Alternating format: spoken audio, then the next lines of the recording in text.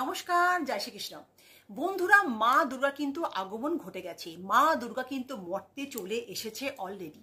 তো তোমরা কিন্তু মা দুর্গার প্রচুর আশীর্বাদ পেতে এবং তোমাদের জীবন থেকে সমস্ত দুঃখ কষ্ট যাতে চলে যায় এবং সংসারে যাতে পুরো শান্তি আর শান্তি বজায় থাকে, তার জন্য আমি আজকে একটা বীজ মন্ত্র বলবো, মা দুর্গার বীজ মন্ত্র।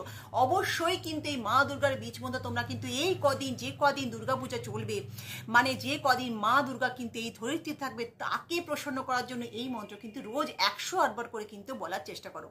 মন্ত্রটা কি? ওং ঐং হ্রিং ক্লিং চামুন্ডাই বিচ্ছে। ওং ঐং হ্রিং ক্লিং চামুন্ডাই বিচ্ছে। আমি গোটা ভাবে কিন্তু লিখে দেব। তোমরা কিন্তু এই মন্ত্রটা অবশ্যই 108 বার করে প্রত্যেক দিন নিয়ম করে পাঠ করার চেষ্টা করো। এবং ব্রহ্মদোষ, গ্রহদোষ, বাস্তুদোষ কাটবে এমন একটি সহজ টোটকা, যে রেমিডি বলছি, যেটা তোমার পরিবর্তন ঘটবে এই দুর্গাপূজার মধ্যে। তোমার জীবন থেকে যত কিছু নেগেটিভ সব কিছু চলে গিয়ে শুধু শান্তি ফিরে আসবে। তো কি করবে? তোমাদের ঘরে ঢোকার যে, তোমাদের বাড়ির যে মেন এন্ট্রি, সেখানে নিশ্চয়ই পা মোছা তোমরা রাখো, আর রাখাটা কিন্তু অবশ্যই উচিত।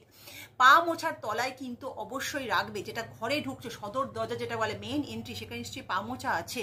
সেই চৌকাঠ, সেই পা মোছার তলায় কিন্তু অবশ্যই একটি ফিটকিরি টুকরো রাখবে। যত রকমের দোষ আছে, গ্রহ বাস্তু সমস্ত কিন্তু কেটে যাবে জাস্ট এটার করলে। এই টোটকার, এই রেমিডির দ্বারা কিন্তু তোমাদের জীবনে নানানভাবে পরিবর্তন চলে আসবে এই দুর্গাপূজার মধ্যে।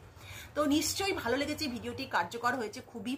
বেশি বেশি করে কিন্তু ফরওয়ার্ড করো এবং কমেন্টে জয় মা দুর্গা লাড লিখলে কিন্তু কোনো টোটকাই কাজ করবে না। তো মায়ের কথা অবশ্যই কিন্তু জয় মা দুর্গা কমেন্টে অবশ্যই লেখো। ভালো থাকবে, সুস্থ থাকবে, শান্তি থাকবে। বেশি বেশি লাইক কমেন্ট করতে ভুলো না। নমস্কার।